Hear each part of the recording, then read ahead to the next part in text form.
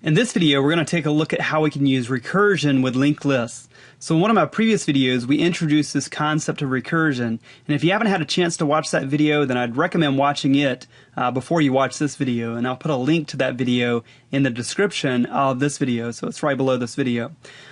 So we said that recursion was this problem-solving strategy or this problem-solving technique for breaking larger problems into smaller problems of the same form. And we also looked at some examples of recursive structures that you may find in nature. So we saw a tree, ice crystals, I think a shell. So in all those cases, we had these larger structures that were composed of smaller structures of the same form. And we also have recursive data structures. And one of those recursive data structures is the linked list. So let's take a look at this linked list that we have here in a little bit more detail and see how it is, in fact, a recursive structure. So this linked list is a 3-node linked list. We can easily see that. But you could also think about this linked list that we have here is containing a smaller 2-node linked list that just simply has Mark and Tom, and that 2-node linked list of Mark and Tom containing another single-node linked list just containing Tom. So we have this larger structure here that's composed of these smaller structures, these smaller linked lists that are of the same form. So it really is a recursive structure. And so if we have a recursive data structure, we can think about using recursive functions to process those particular structures. So let's look at how we'd write a recursive function to process this linked list.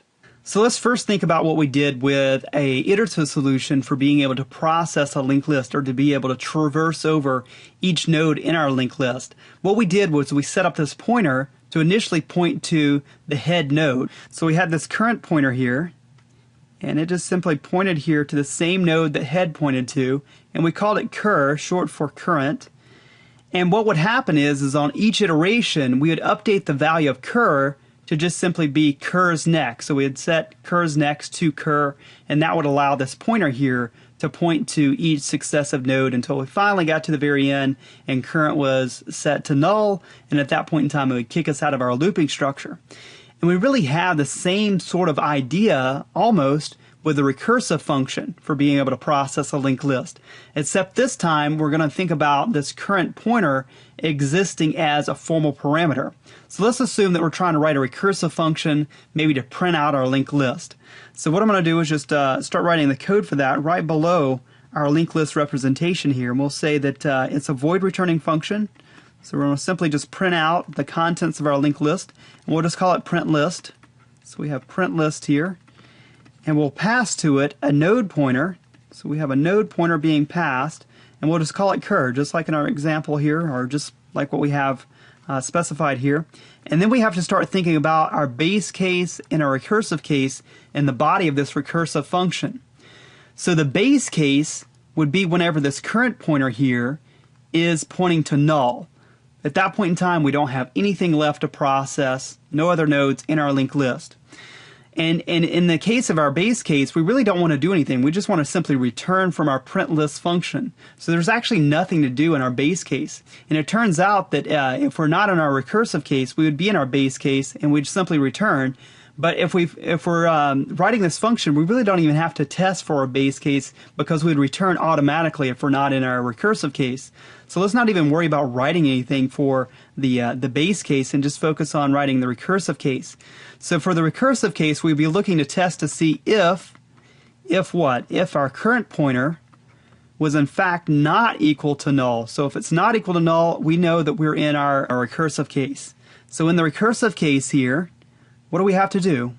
So one thing that we'd have to do is print out the contents of our node. So that would be just a cout statement. So we could say cout, use our insertion operator, and we'll assume that this insertion operator is overloaded. So we'll do cout insertion operator, and then specify, well, we would have to do a dereference on our pointer. So dereference our current pointer, and then maybe have another insertion operator and do an indel. So that would be the actual processing of our node, depending on whatever current was actually pointing at. Now the other part that we'd have to have in here for our recursive case is the actual recursive call. So if you're not doing a recursive call, you don't have a recursive function. So in this part here, for the recursive call, we know that we'd have to specify the name of our function, which would be print list. And then what do we want to do? Well, we're going to be passing in a node pointer, but we want to be driving this current pointer forward to the next node. So the way we go about driving it forward in a recursive function is by just specifying here curs next. So we specify curs next here. So this curs next is going to be specified. And if we do that, check it out. Curs next is going to be passed here to cur. So that's the same thing as what we were doing really with the iterative approach by using a looping structure, using a while loop. So we said as long as, or as while curs not equal to null, keep processing and keep setting curs to curs next. Now we're doing the recursive approach where we have here the node pointer as part of our formal parameter list, and we're just passing curs next here to cur. So at some point in time, cur will in fact point to null. It will test for that here in our recursive case, find out that that's not true, and we'll just get kicked out of our print list function. So one thing that I want to emphasize again is that every single time that we're calling this print list function, we are in fact chopping off a little bit more of our linked list to deal with. So we're dealing with a smaller and smaller linked list structure on every single subsequent recursive call.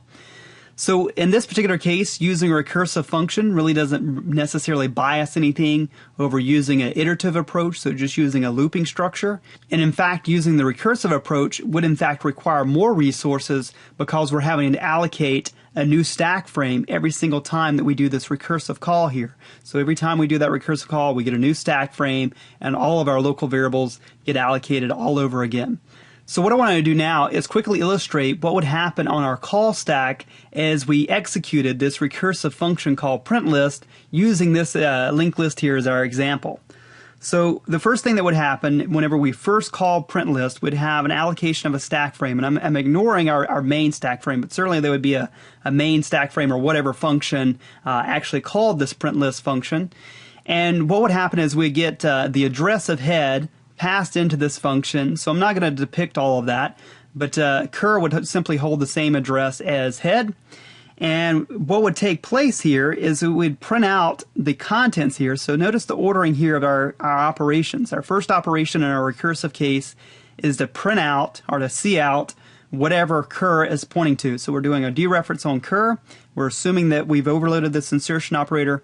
So we'd print out April. So we'd do a print on April here, and I'm going to just keep track of what we're printing out up here above our linked list. So we'll say that April's been printed out, and then what would happen is we'd have a recursive call. So we'd do a print list here, and then we would, I don't have much room, so I'm going to just abbreviate this C and then arrow and then do N for next. So we'd then pass in curs next. So then our current pointer, so at first it was pointing here, and now it's going to be pointing over here. So it's going to be pointing here now. So we get a new stack frame. So we get a new stack frame here. Let me try to draw it a little bit closer to the way it should be. So we get a new stack frame. And what we would do that time is just print out what? We'd be printing out, not April, but printing out Mark, since our cur pointer is now pointing to this node here that has Mark. And then we'd do another print list. So we're doing another print list here and passing in curs next using my little abbreviation there. So now current would now be pointing over here to our Tom node, and we would get another stack frame. Yeah, and this is, I guess, kind of maybe boring. You see the picture of what's going on here, but I'm going to make a point in a bit. So we'll do a print here, and this time we'd print Tom. So, oops, I forgot to do Mark. So Mark would be up here. And now we're printing Tom, so we'd print Tom out here. And then we'd do another recursive call, so we'd do print list.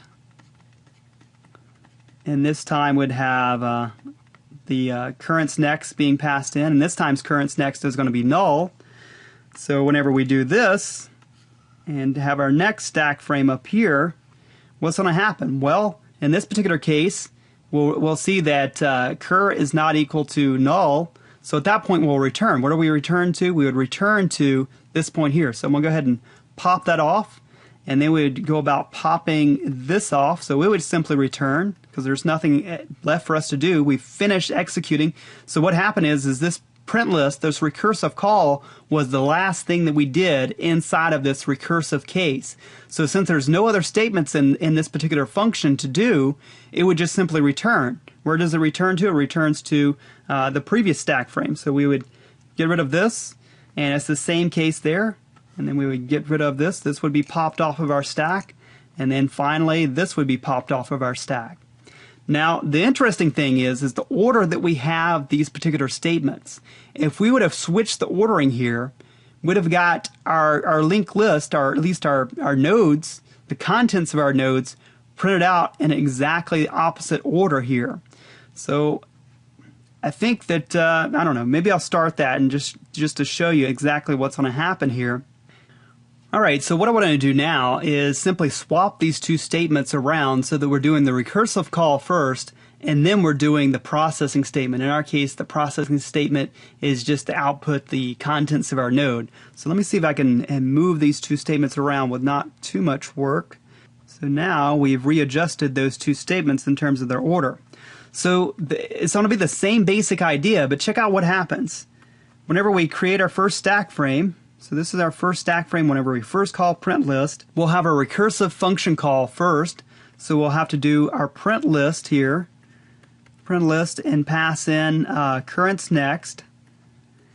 And then once we finish that, we can actually do the print statement where we could actually print out, in this case, April. But April will not be able to be printed until we actually are unwinding the stack here. So we get another stack frame. So the first thing we do is this recursive call, the print list call. So that would make another stack frame come on board here, or pushed onto our call stack. And it would have what? Another recursive call where we do a print list. So we do a print list of cur is next. And then the second statement we do is just do a print of mark. But again, mark cannot be printed out until we're coming back, until we're unwinding.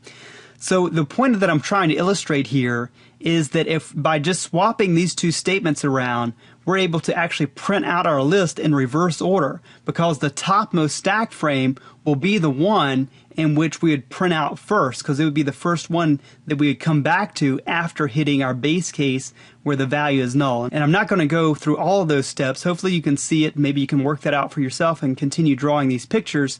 But it's really cool in the case of a recursive function, just by swapping these statements here, the processing statement, or excuse me, the recursive call statement and the processing statement around, how you can get a different ordering in terms of how you're processing stuff because of the stack-based nature of these recursive calls. So that's the main thing that I wanted to illustrate in this video, but in an upcoming video we'll look at implementing this print reverse list function in the contact list project that we've been working on. But the implementation for that is going to require some details we haven't discussed yet, but are really important whenever we're dealing with recursive functions or implementing recursive functions in a class. But that's all for this video.